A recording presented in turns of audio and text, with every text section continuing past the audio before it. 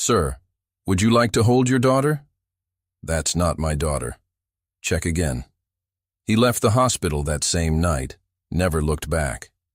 23 years later, in a glass tower downtown, his voice shakes when he says, "Wait, she's running this meeting?" She looks him in the eye and says, "Let's begin." Comment where you're listening from today. Take a breath and listen closely. The conference room fell silent as Joseph Rangel's pen clattered to the mahogany table. 23 years of carefully constructed walls crumbled in an instant as he stared at the young woman presenting the quarterly financial analysis. Her eyes, those unmistakable amber eyes that had haunted his dreams, looked directly at him as she spoke about market projections and investment strategies. "Mr. Rangel, are you all right?" The voice seemed to come from underwater. His assistant Yvonne leaned forward, concern etched across her face. The other executives around the table shifted uncomfortably as their CEO sat frozen, his face drained of color. Joseph forced himself to breathe. "Continue with the presentation," he managed, his voice barely above a whisper.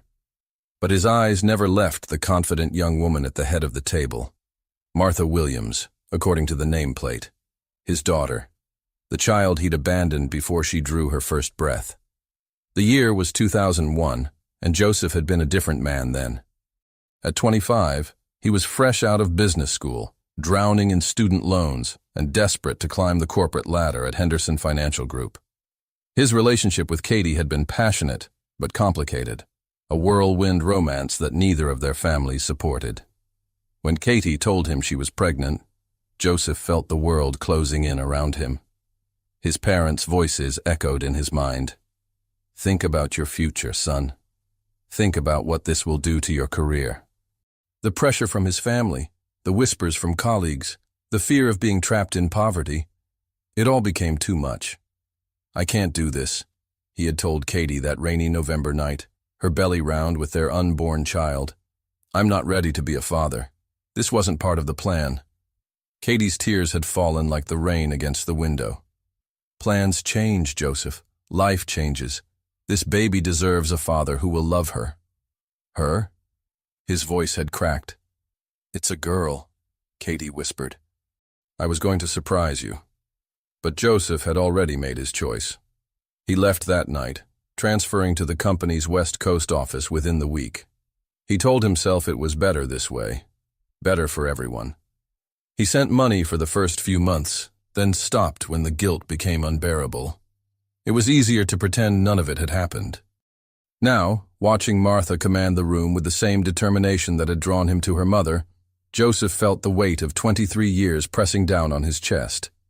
She had her mother's grace, but something else, a sharp intelligence and business acumen that reminded him painfully of himself.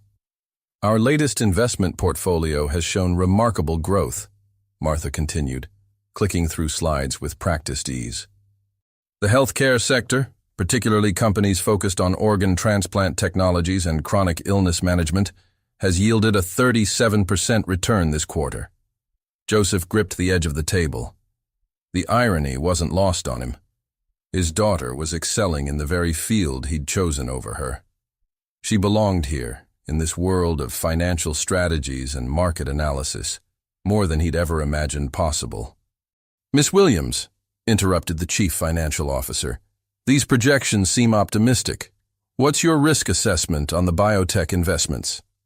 Martha smiled confidently. "I've conducted thorough analysis on each company. The key is diversification. While some treatments are still in trial phases, others are already revolutionizing patient care. For instance, the artificial organ development company we invested in last year just received FDA approval for their heart valve replacement technique."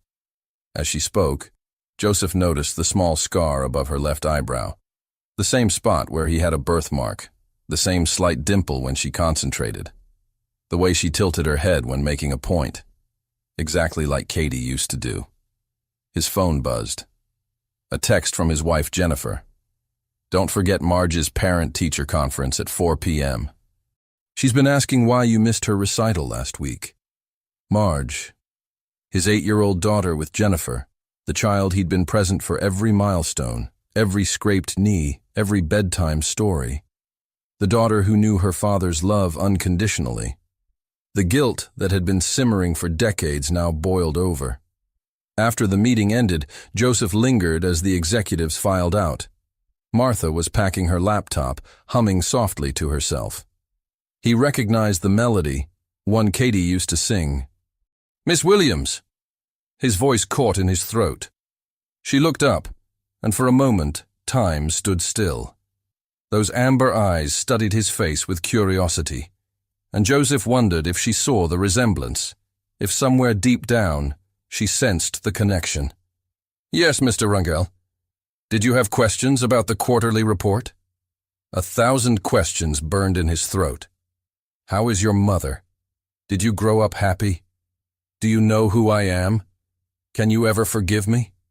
Instead, he said, "Excellent work today. I look forward to seeing more of your analysis." "Thank you, sir. I won't let you down." As she walked toward the door, Joseph made a decision that would change everything. "Miss Williams, I'd like to schedule a one-on-one meeting with you next week. There are some investment opportunities I'd like to discuss privately." Martha paused at the doorway, her hand on the handle. When she turned back, something flickered in her expression. Recognition? Suspicion? "Of course, Mr. Rangel. Should I have Yvonne schedule it?" "No," Joseph said quickly. "I'll handle the arrangements myself."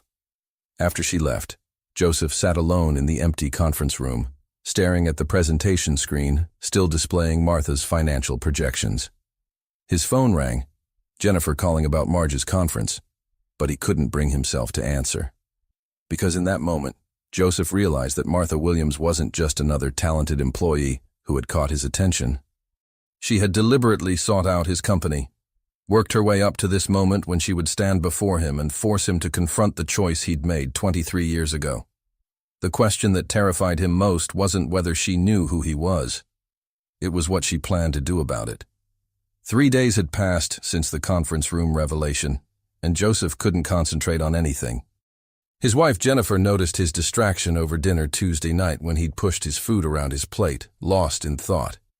"Dad, you're not listening again," Marge complained, her 8-year-old voice cutting through his mental fog.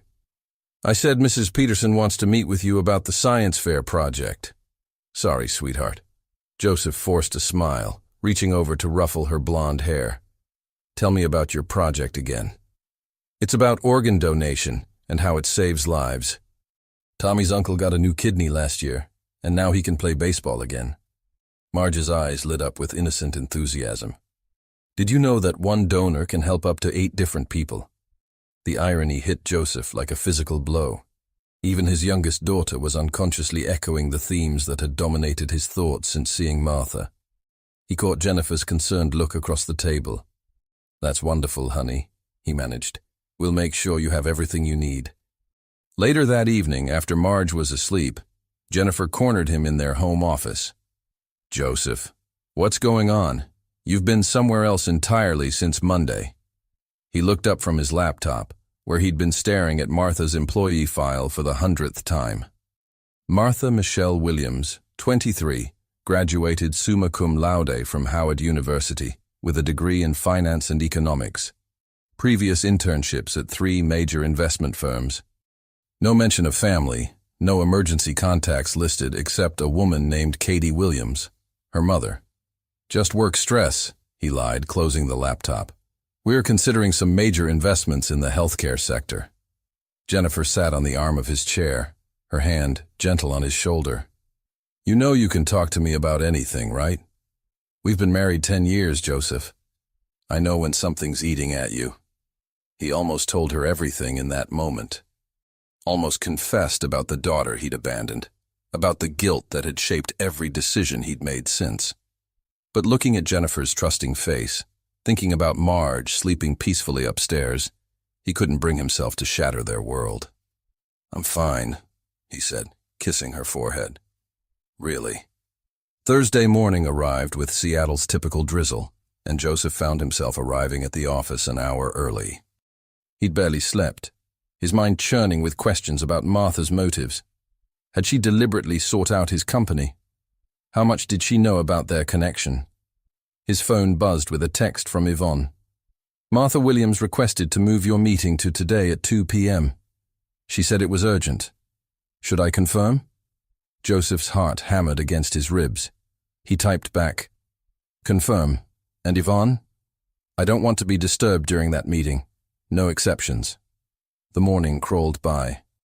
Joseph attended his usual meetings, reviewed quarterly reports, and made decisions about million-dollar investments, but his mind remained fixed on the approaching confrontation. By 1:45 p.m., he was pacing his office like a caged animal. The knock on his door came precisely at 2 o'clock. Come in. Martha entered with the same confident stride she'd displayed in the conference room, but Joseph noticed subtle differences now. Her professional smile seemed more guarded, and she carried herself with the careful posture of someone preparing for battle. Thank you for accommodating my schedule change, Mr. Rangel. She settled into the chair across from his desk, crossing her legs and opening a leather portfolio. I have some investment proposals I think will interest you. Before we discuss business, Joseph said, his voice steadier than he felt, I need to ask you something. Martha's amber eyes met his directly. Ask away. How long have you known? The question hung in the air between them. For a moment, Martha's professional mask slipped, revealing something raw and vulnerable underneath. Then she straightened, her jaw setting with determination. Since I was 16, she said quietly. Mom finally told me the truth after I kept asking why I didn't look like the man who raised me, the man I thought was my father until then. Joseph felt the breath leave his lungs. Robert Williams, he's my stepfather. A good man who married my mother when I was 3 and never treated me as anything less than his own daughter. Martha's voice carried a fierce protectiveness. But no, he's not my biological father. That honor belongs to someone who decided a career in finance was more important than his own child. The words cut deep, but Joseph forced himself to listen. He owed her that much. Mom told me about you when I started applying to colleges, Martha continued. About how you were brilliant, ambitious, and terrified. About how you ran away the moment things got real. She pulled out a folder from her portfolio. Imagine my surprise when I discovered that the coward who abandoned me had built one of the most successful investment firms in the Pacific Northwest. Joseph stared at the folder she placed on his desk. Inside were copies of newspaper articles, business profiles, and financial reports, all about him and Rangel Financial Group. Years of research, carefully compiled. You've been planning this, he said. For 7 years, Martha confirmed. Since the day I decided to major in finance. Since the day I realized I could beat you at your own game. Martha, I don't. Her voice cracked like a whip. Don't you dare apologize or make excuses. Do you want to know what it was like growing up without a father? Do you want to know about the nights Mom worked double shifts at the hospital to pay for my school supplies? About how I watched other kids get picked up by their dads while I waited for the bus? Joseph felt tears burning behind his eyes. I sent money. For months I sent $400 a month for 6 months, Martha said, her voice bitter. That was your contribution to raising a human being. Do you know how much quality child care costs? How much diapers and formula and doctor visits cost for a baby with chronic asthma? The mention of her childhood illness hit him like a punch to the gut. You were sick.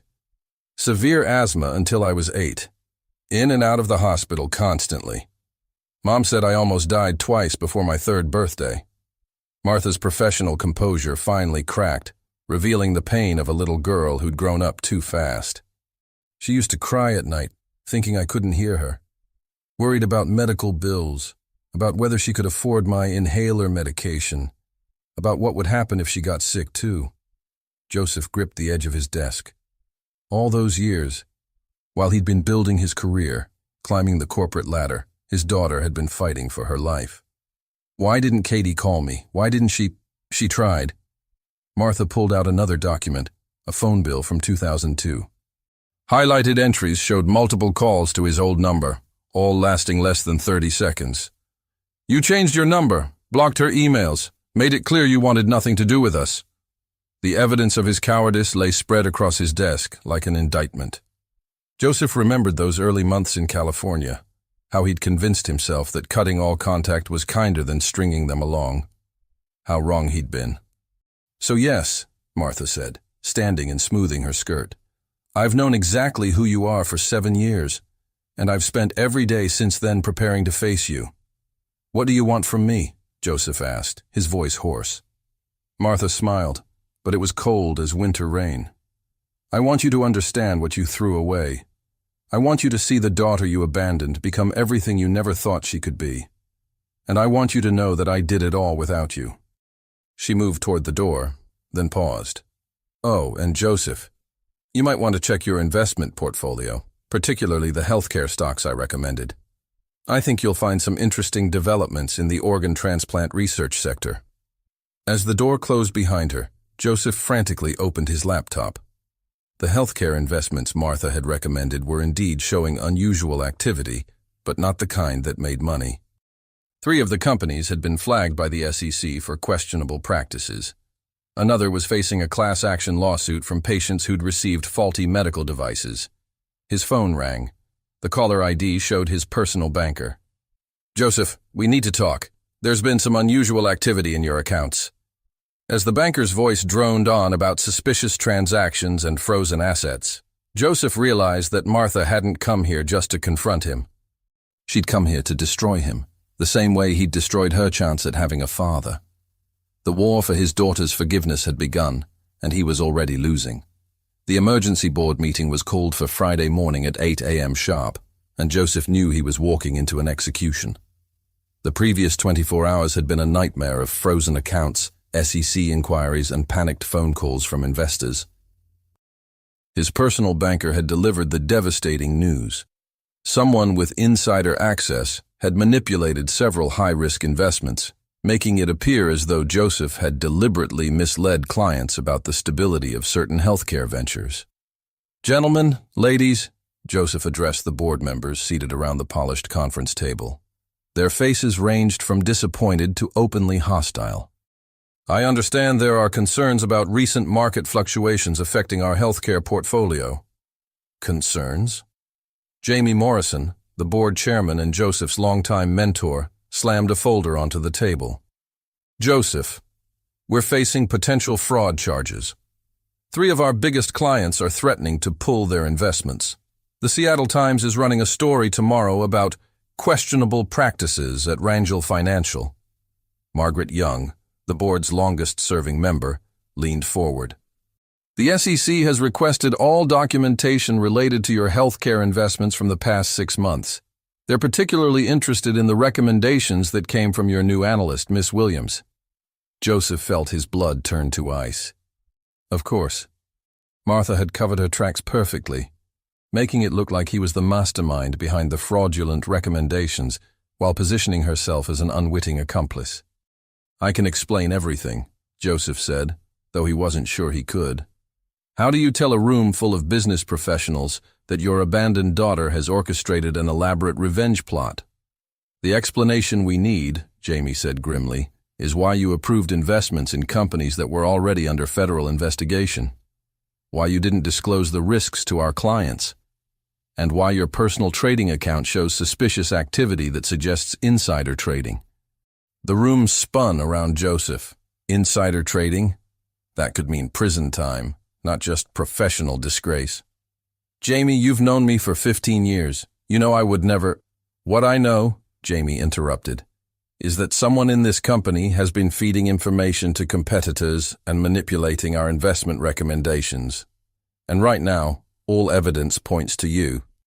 As the board members discussed his fate in cold, clinical terms, Joseph thought about Marge's science fair project on organ donation. The irony wasn't lost on him. His daughter was learning about giving life, while his other daughter was systematically destroying his. "We'll need your resignation by Monday," Jamie concluded. "Effective immediately. We'll handle the transition and damage control from there." Joseph nodded numbly and left the conference room, feeling like a man walking to his own funeral. The drive home took forever. Joseph sat in his car outside his house for 20 minutes, trying to figure out how to tell Jennifer that their comfortable life was about to collapse.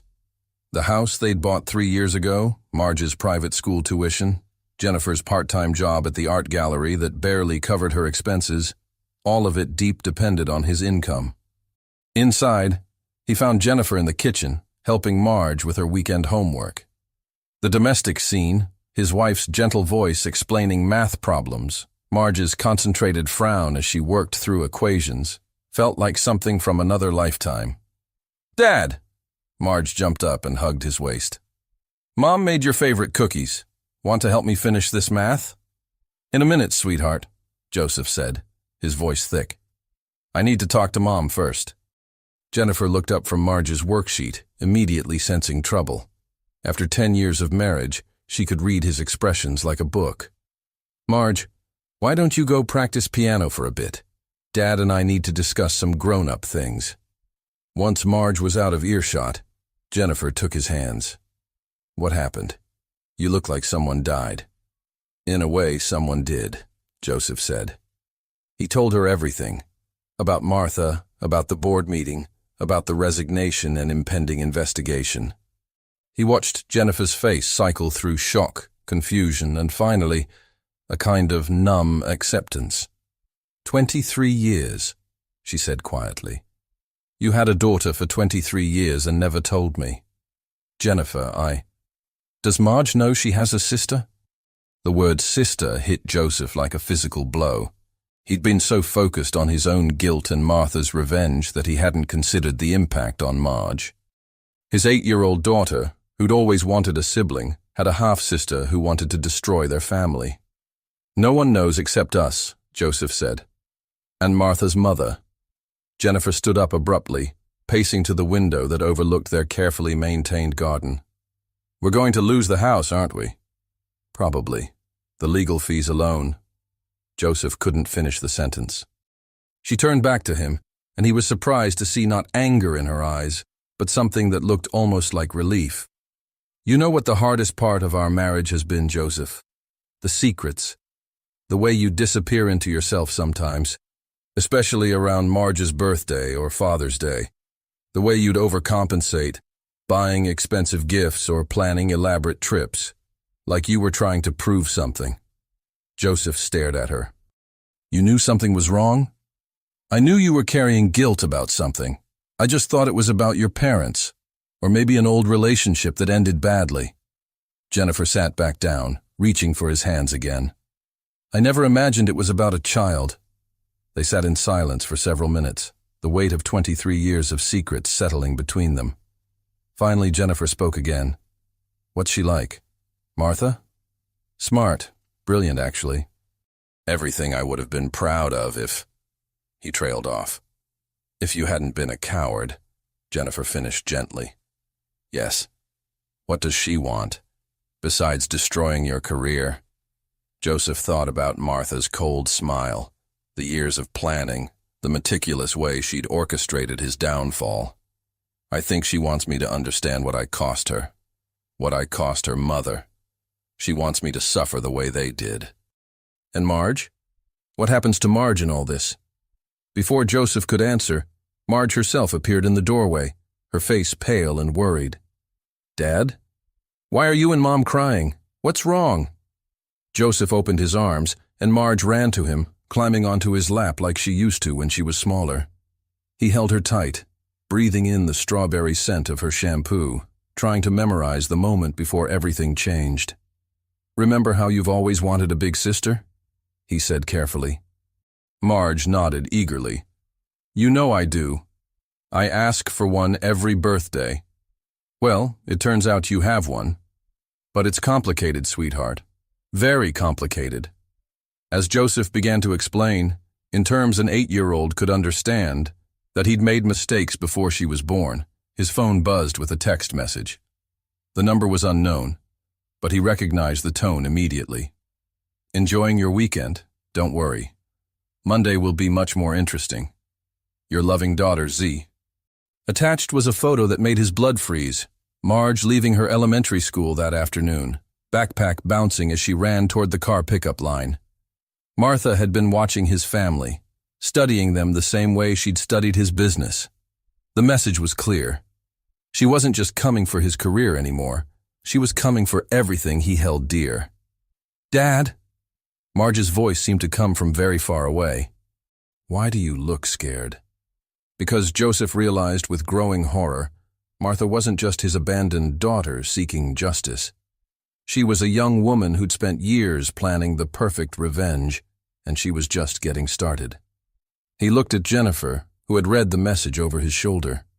Her face had gone white. "We need to call the police," she whispered. But Joseph knew it was already too late. Martha was 3 moves ahead of them, and she'd been planning this game far longer than they'd even known they were playing. The question wasn't whether she would strike again.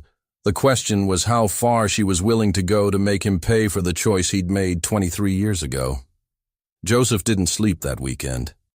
He spent Saturday and Sunday installing a new security system, changing the locks, and having difficult conversations with Marge about why she needed to stay close to adults at all times. By Monday morning, he felt like he was living in a different world, one where every shadow might hide his daughter's next move. The Seattle Times article hit the newsstands at 6 a.m. The headline read, "Local investment firm CEO accused of healthcare fraud." Joseph's professional headshot stared back at him from the front page of the business section, alongside quotes from anonymous sources detailing his alleged misconduct. His phone had been ringing constantly since dawn. Reporters, former colleagues, and worried friends all wanting answers he couldn't give. How do you explain that your professional downfall is really about personal failures from 2 decades ago? At 9 a.m., Joseph drove to the office one last time to clean out his desk. The building that had been his second home for 15 years now felt foreign and hostile. Employees avoided eye contact. Whispers followed him down the hallway, and security was clearly under orders to watch his every move. Yvonne, his longtime assistant, met him at his office door with a box and red-rimmed eyes. "I'm so sorry, Mr. Rangel. I don't understand how any of this happened." "Neither do I, Yvonne," Joseph said, though that wasn't entirely true. He understood exactly how it had happened. He just couldn't explain it without revealing secrets that would destroy what remained of his reputation. As he packed his personal items, Joseph found himself staring at the framed photo on his desk. Jennifer and Marge at last year's company picnic, both laughing at something Marge had said. His heart ached thinking about how different their lives would be now. Marge would have to change schools. Jennifer would have to find full-time work, and they'd probably have to move in with Jennifer's parents until they could get back on their feet. A knock on his door interrupted his thoughts. Joseph looked up to see Detective Rodriguez from the Seattle Police Department's white-collar crime unit. Behind him stood Martha, dressed in a conservative black suit, playing the role of cooperative witness perfectly. "Mr. Rangel, I'm Detective Rodriguez. We need to discuss the allegations that have been brought to our attention." Joseph glanced at Martha, who met his gaze with innocent concern. To anyone watching, she looked like a young employee devastated by her mentor's betrayal. "Of course, Detective. Though I should mention that I've retained legal counsel." "That's your right," Rodriguez said, flipping open a notepad. "Miss Williams here has provided us with some very detailed information about discrepancies in your investment recommendations. She's been quite helpful in our preliminary investigation." "I just want to do the right thing," Martha said, her voice perfectly calibrated to sound reluctant, but determined. "When I realized what was happening, I knew I had to come forward, even though Mr. Rangel has been like a father figure to me." The phrase, father figure, hit Joseph like a slap. The cruel irony of her word choice was clearly intentional, a private joke only they would understand. "Miss Williams," Joseph said carefully, "I think there may be some misunderstandings about the nature of those investments." "Misunderstandings?" Martha's eyes widened with practiced surprise. "Mr. Rangel, you personally approved every recommendation I made. I have the email chains to prove it. When I raised concerns about the healthcare company's SEC violations, you told me not to worry about it." Joseph felt the trap closing around him. Every word she spoke was technically true, but stripped of context in a way that made him look guilty. He had approved her recommendations, because he'd trusted her expertise. He had told her not to worry about SEC violations, because he'd believed her when she said they were minor procedural issues. Detective Rodriguez made notes as Martha spoke. We'll need to examine all electronic communications between you and Mr. Rangel, Miss Williams. Can you provide those to our forensics team? Of course. I want to be completely transparent. Martha pulled out a flash drive from her purse. I've already compiled everything I thought might be relevant. Emails, internal memos, trading records, it's all there. As she handed over the drive, Martha's eyes met Joseph's again. The message was clear. She had anticipated every move, prepared for every contingency.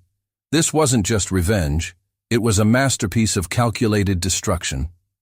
After the detective left with his evidence, Joseph and Martha were alone in his office for the first time since their confrontation the previous week. "Satisfied?" Joseph asked, his voice hollow. "Not even close," Martha replied, dropping her innocent act now that they were alone. "You think losing your job is enough? You think a little financial hardship compares to what my mother went through? What do you want from me, Martha? What will it take to end this?" She moved closer to his desk, her amber eyes hard as stones. "I want you to understand what abandonment feels like. Really understand it. Losing your career is just the beginning. You're not just hurting me," Joseph said desperately. "Jennifer and Marge are innocent in all this. Marge is just a child. So was I." Martha's voice cracked with years of suppressed pain. "I was a sick child whose father chose money over her life. Do you know what it's like to be 8 years old and gasping for breath in a hospital emergency room? Wondering why your daddy never comes to visit? Do you know what it's like to watch your mother work herself to exhaustion because the man who should be helping her decided she wasn't worth staying for?" Joseph saw tears threatening at the corners of her eyes, and for a moment, the successful businesswoman facade cracked to reveal the hurt little girl underneath. "I know I was wrong," he said quietly. "I know I was a coward. I've regretted it every day for 23 years. Regret doesn't pay medical bills," Martha shot back. "Regret doesn't hold your hand when you're scared and can't breathe. Regret doesn't tell you bedtime stories or help with homework or show up to school plays. You're right. You're absolutely right. But Marge didn't make those choices. She doesn't deserve to suffer for my mistakes." Martha was quiet for a long moment, staring out the window at the Seattle skyline.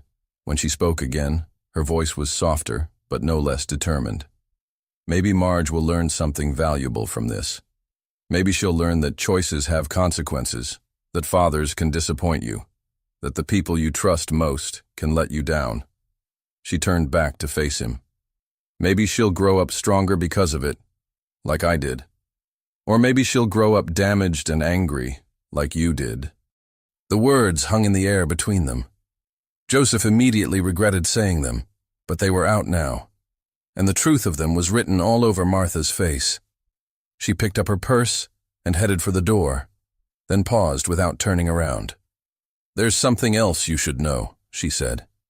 "I've been in contact with some investigative journalists who are very interested in the story of a successful CEO who abandoned his daughter and then unknowingly hired her years later.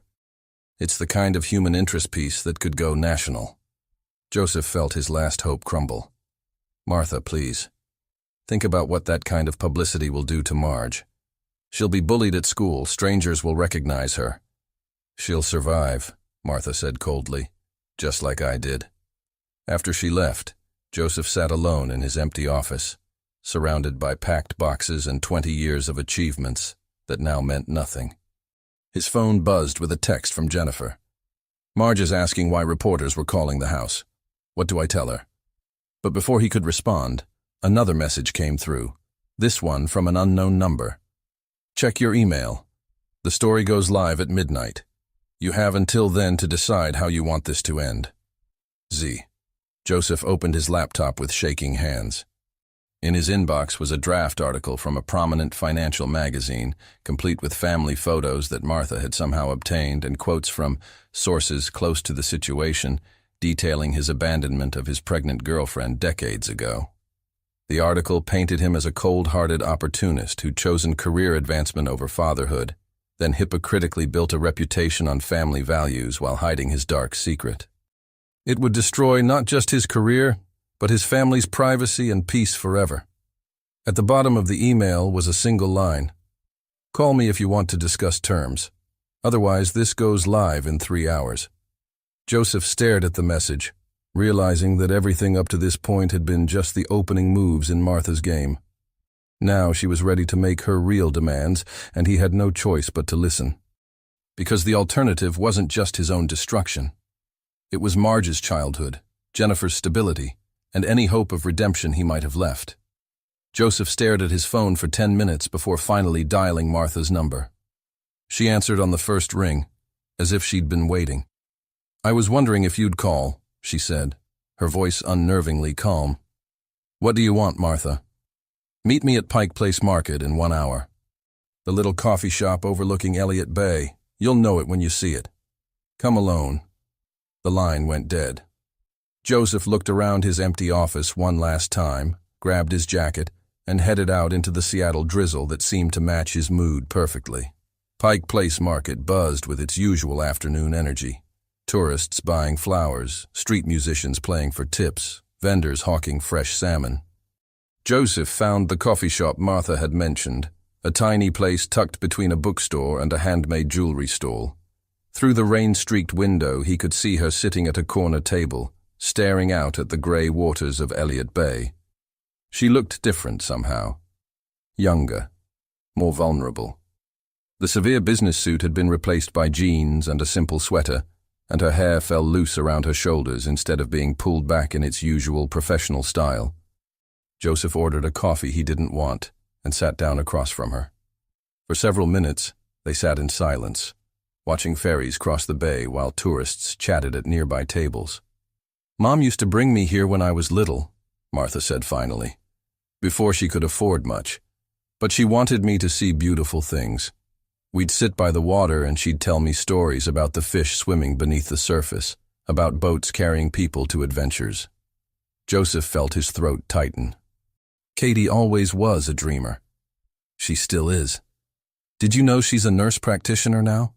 She specialized in pediatric respiratory therapy after my asthma got better. Helps other kids breathe easier. Martha's voice carried a mixture of pride and pain. She never remarried after Dad. After Robert. Said she was too busy raising me and building her career to worry about romance.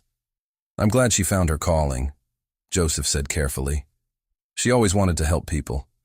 Martha turned to look at him directly. "She never stopped hoping you'd come back, you know. Even after Robert adopted me. Even after she built a whole new life. Some part of her always wondered what happened to the man she loved." The weight of that revelation settled over Joseph like a physical burden. "Did you tell her? About finding me?" "Not yet. I wanted to see who you'd become first." Martha wrapped her hands around her coffee cup. "I wanted to understand if you were worth her tears." "And what's your verdict?" Martha was quiet for a long time, watching a seagull land on the railing outside. "You're not the monster I expected. You're just human. Flawed and scared, and trying to do better with the second chance you gave yourself. That doesn't change what I did to you and your mother." "No, it doesn't." She pulled out her phone and showed him the screen. "I have 15 minutes to decide whether to kill the magazine story or let it run. 15 minutes to choose between destroying your family or letting you walk away from this." Joseph leaned forward. "What do you really want, Martha? Not revenge. Not punishment. What do you actually want?" "I want my father back," she said simply. And for the first time since he'd met her, she looked like the little girl she'd once been. "I want the man who was supposed to teach me to drive and walk me down the aisle and hold my babies. I want the conversations we should have had, the memories we should have made. We can't go back. I know that." The words came out sharper than she'd intended, causing other customers to glance their way. She lowered her voice. "I know we can't go back, but we could go forward, if you wanted to." Joseph felt something shift in his chest. "What are you asking?" "I'm asking if you want to be my father." really be my father, not just the man whose DNA I carry. I'm asking if you're ready to choose me this time, even though it's 23 years too late. The simple honesty of the question left Joseph speechless. Here was his daughter, brilliant, damaged, powerful, offering him the one thing he'd never dared hope for, a real relationship. "What about Jennifer and Marge?" he asked. "What about the investigation? The charges?" "I can make the investigation go away. The evidence only exists because I created it. I can make it disappear just as easily. Your reputation can be salvaged, your career rebuilt." Martha's voice grew stronger. "But I want something in return." "What?" "I want you to tell Jennifer and Marge the truth about who I am. I want to be part of your family, not hidden away like a shameful secret. I want Marge to know she has a big sister who wants to help her with her science projects and teach her about investing her allowance." Joseph thought about Marge's excitement when he'd mentioned having a sister, about how she'd always wanted siblings. "And if I say no, then the story runs at midnight, and you lose everything anyway. The only difference is whether you lose it with dignity or in a blaze of public humiliation." She checked her phone again. 10 minutes, Joseph." "What's it going to be?" Joseph closed his eyes, thinking about all the moments he'd missed. Martha's first steps, her first day of school, graduations, birthdays, the nights she'd struggled to breathe while he built his fortune on the other side of the country. He thought about Marge, who deserved to know her sister, and Jennifer, who'd already shown more grace and understanding than he had any right to expect. "If I agree," he said slowly, "if I try to be the father you deserved, what guarantee do I have that this is really over? That you won't decide I haven't suffered enough and come after my family again?" Martha reached into her purse and pulled out a thick manila envelope. "Everything's in here. All the evidence I manufactured, all the documentation I created to frame you. Take it. Destroy it. It's yours." Joseph opened the envelope and found meticulously organized files, false email chains, doctored financial records, fabricated witness statements. The scope of her planning was breathtaking. "You could have destroyed me completely," he realized. "I could have. But that was never really what I wanted. I wanted my father to choose me. I wanted him to fight for me the way he never did before." Tears finally spilled down her cheeks. "I wanted to matter enough to someone that they'd risk everything to keep me in their life."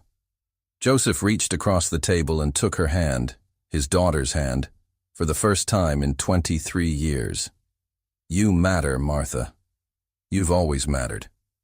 I was just too much of a coward to admit it." "So what do we do now?" she asked. Joseph pulled out his own phone and began typing a text to Jennifer. "Coming home early. We need to have a family meeting. Important news about Martha. Good news, I hope." He showed Martha the message before sending it. "We start over. We do it right this time. And we figure out how to be a family. All of us together." Martha smiled through her tears. And for the first time since he'd met her, Joseph saw traces of the happy child she might have been if he'd made different choices all those years ago. "One condition," she said. "I want to meet Mom first, before we tell the others. I want her to know that I found you, and that maybe, just maybe, some good can come from all this pain." As they walked out of the coffee shop together, Joseph felt something he hadn't experienced in decades. Hope. Not just for redemption, but for the possibility that families could be rebuilt, that love could survive even the worst mistakes. But as they reached the street, Joseph's phone buzzed with an urgent call from Detective Rodriguez. "Mr. Rangel, we need to talk immediately. There's been a development in your case that changes everything." Joseph answered Detective Rodriguez's call with trembling hands, Martha watching anxiously beside him as they stood outside the coffee shop. "Detective, what kind of development?" "We've discovered that someone else was behind the fraudulent healthcare investments. Our forensics team found evidence of external manipulation in your company's systems. Someone with sophisticated knowledge of financial markets and computer security." Joseph felt his world tilt. "What are you saying?" "I'm saying you've been set up, Mr. Rangel. but not by Miss Williams. She's been helping us track down the real perpetrator. We need you to come to the station immediately." Joseph looked at Martha, confusion clouding his features. "I don't understand. You said—" "I said I created evidence to frame you," Martha whispered, her face pale. "But someone else was already doing it for real. Someone who wanted you destroyed even more than I did." At the police station, Detective Rodriguez led them to a conference room where computer screens displayed complex financial data and email trails. A forensics expert named Dr. Yvonne Kim was organizing evidence on a large table. "Mr. Rangel, we've been investigating financial crimes in the healthcare investment sector for months. Your company wasn't the target. It was being used as a vehicle by someone with access to your internal systems. Dr." Kim pulled up a series of transactions on her laptop. The manipulation was incredibly sophisticated. Someone created a shadow network of fake companies, false SEC filings, and fraudulent medical device certifications. They were using legitimate investment firms like yours to funnel money to these fake enterprises. "But who would have that kind of access and expertise?" Joseph asked. "Someone who knew your business intimately. Someone who understood your investment patterns and could predict your responses to certain opportunities." Detective Rodriguez opened a file folder. "We traced the digital footprints back to their source." He placed a photograph on the table. Joseph stared at it in shock. It was Jamie Morrison, his longtime mentor and board chairman, the man who had been like a father to him for 15 years. "Jamie? That's impossible. He's the one who called for my resignation. He was leading the investigation against me." "Classic misdirection," Dr. Kim explained. "Mr. Morrison has been systematically embezzling from client accounts for over 2 years. He created the healthcare investment scheme as a way to cover his tracks. And when our investigation got too close, he needed a scapegoat." Martha sank into a chair, her face white with shock. "All this time, I thought I was orchestrating your downfall, but someone else was already doing it." Detective Rodriguez nodded. "Miss Williams came to us yesterday with evidence of her own plot against you.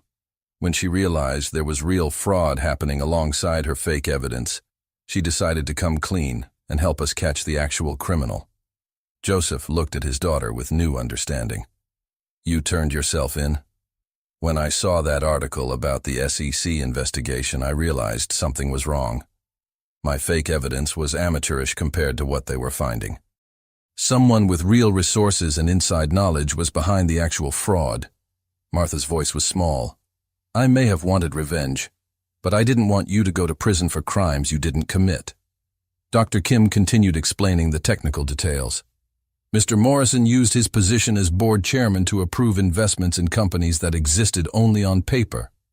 He created false medical research data, fake FDA approvals, even fabricated organ transplant success rates to make the investment seem legitimate. The sick irony," Detective Rodriguez added, "is that real patients were affected. People with chronic illnesses invested their savings in what they thought were breakthrough medical treatments. Mr. Morrison didn't just steal money, he stole hope from people fighting for their lives." Joseph felt sick thinking about the families who had been victimized. "How much did he steal?" "Over $12 million across multiple investment firms. Your company was just his latest target." A knock on the conference room door interrupted them. A uniformed officer entered with Jamie Morrison in handcuffs. The man who had been Joseph's mentor looked haggard and defeated, his usual confident demeanor completely gone. Jamie looked up as he was led past the conference room window. When his eyes met Joseph's, there was no defiance left, only the hollow exhaustion of someone whose careful plans had finally collapsed. "Why?" Joseph whispered, though Jamie couldn't hear him through the glass. Detective Rodriguez provided the answer. "Gambling addiction. His wife filed for divorce 6 months ago and took half his assets. He was facing bankruptcy and saw the investment firm as his way out." 3 hours later, Joseph and Martha sat in his car outside the police station, processing everything that had happened. The late afternoon sun was breaking through Seattle's perpetual clouds, casting long shadows across the parking lot. "I owe you an apology," Joseph said finally. When I thought you were responsible for everything, I was angry. But you saved me from something much worse. I still manipulated you. I still caused you pain and threatened your family. Martha stared out the passenger window. The fact that someone else was committing real crimes doesn't excuse what I did. No, it doesn't. But it helps me understand why you felt you needed to do it. They sat in comfortable silence for a few minutes, watching people come and go from the courthouse across the street. Families dealing with their own crises, lawyers hustling between appointments, ordinary people navigating extraordinary circumstances. What happens now? Martha asked. Joseph pulled out his phone and showed her a text from the board of directors. Charges dropped. Jamie arrested. Board meeting tomorrow to discuss your reinstatement. We owe you an apology. Your job is safe, Martha said, but she didn't sound entirely happy about it. The job isn't what matters anymore, Joseph replied. What matters is whether you still want to try being a family. Martha turned to look at him. Even after everything I put you through? Especially after everything you put me through. You made me face the truth about who I was 23 years ago. You forced me to confront the choice I made and the pain it caused. Maybe that's what I needed. Joseph started the car. Come on, there's someone I want you to meet. 20 minutes later, they pulled into the driveway of Joseph's house. Through the front window, they could see Jennifer and Marge in the living room. Jennifer helping Marge with what looked like a science project, construction paper, and markers scattered across the coffee table. She's beautiful, Martha said, watching her half-sister through the window. She looks like you when you concentrate. She's smart like you, and stubborn like both of us. Joseph turned off the engine. Are you ready for this? Martha took a deep breath. I've been ready for 23 years. They walked to the front door together. Before Joseph could use his key, Marge flung the door open, her face bright with excitement. Dad, Mom said we're having a family meeting and that my big sister is coming to visit. Marge's eyes moved to Martha, and her smile grew even wider. Are you Martha? You're really pretty.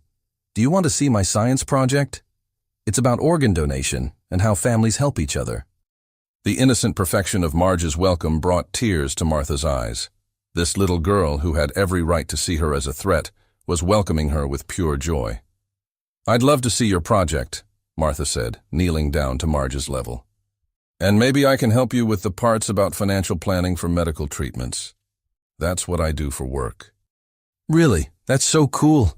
Dad, she can help with my project and teach me about money.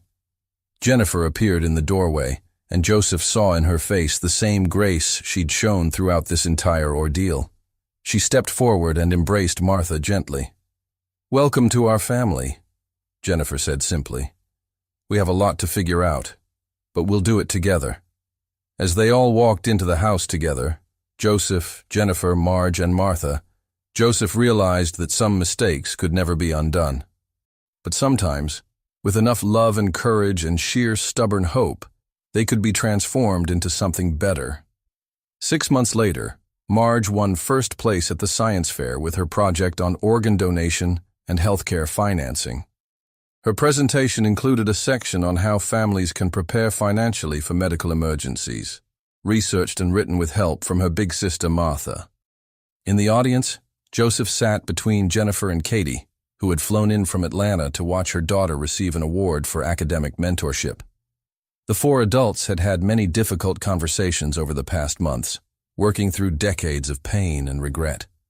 But watching Marge beam with pride as she accepted her ribbon and seeing Martha's face glow with sisterly pride, Joseph knew they had built something worth fighting for. Families, he had learned, weren't just about blood or biology or legal documents. They were about choosing each other, again and again, even when it was hard. Especially when it was hard. As Marge ran toward them with her blue ribbon, calling for both her dad and her sister Martha to see, Joseph finally understood what he had been missing all those years ago. He had been afraid that love would trap him, when the truth was that love would have set him free. If you made it this far, thank you. Some stories hurt, but they also heal. If this one hit you too, consider subscribing. I'll be right here, waiting for you in the next